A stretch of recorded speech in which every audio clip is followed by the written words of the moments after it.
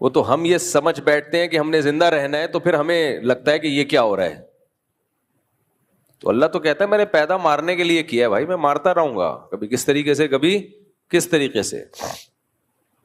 اور اللہ اس دنیا کی زندگی کو تو ویلیو ہی نہیں دیتا، وہ تو کہتا ہے اصل آخرت ہے، یہ تو تمہاری مسائل ہیں.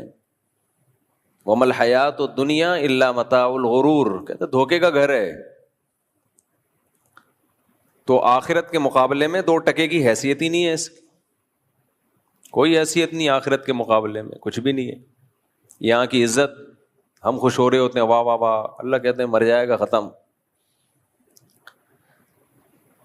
اور یہاں کی ذلت ہم کہتے ہیں ہائے ہائے ہائے، اللہ کہتے ہیں مر گئے تو ذلت بھی ختم، غربت بھی ختم، امیری بھی ختم، بادشاہت بھی ختم، غلامی بھی ختم. 50-60 سال پہلے جو مر گئے، کوئی جانتا ہے ان کو؟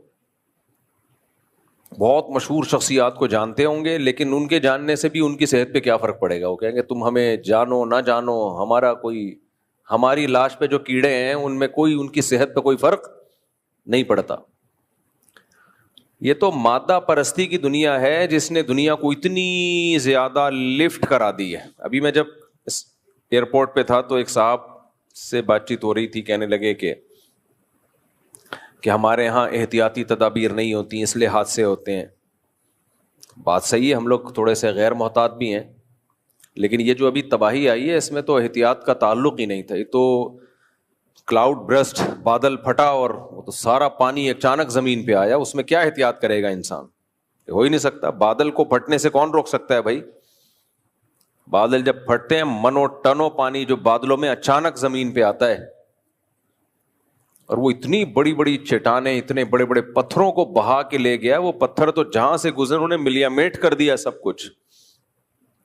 ان لوگوں کو یہ غم نہیں تھا ابھی جب ہم گئے ہیں کہ ہمارے خاندان کے 30 افراد مر گئے، 40 ان کے لاشیں نہیں مل رہی. یہ غم تو پرانا ہو چکا تھا 4 دن. یہ تھا کہ لاشیں تو نظر آئیں. ایک آدمی نے کہا میرا بچہ غائب ہے، دوسرے نے بتایا کہ میں نے دفنا دیا ہے، مل گیا تھا مجھے، دفنا دیا ہے. تو رونے لگا کہ میں دیکھ ہی لیتا اس کو. ایسی افراتفری. دیکھو اس افراتفری سے بچنے کے 2 طریقے ہیں. یا تو اتنی احتیاطی تدبیریں اختیار کر لو کہ کبھی دنیا میں حادثہ ہی نہ ہو. کیا خیال ہے؟ نہیں آ رہی سمجھ میں میرا خیال ہے؟ اتنی احتیاط کر لو جو مائیکل جیکسن نے کی تھی. غم لیس ہو جاؤ گے، کوئی غم ہی نہیں آئے گا. ٹینشن کیوں ہوتی ہے؟ ٹینشن والی باتوں سے. ایسا ہی ہے نا؟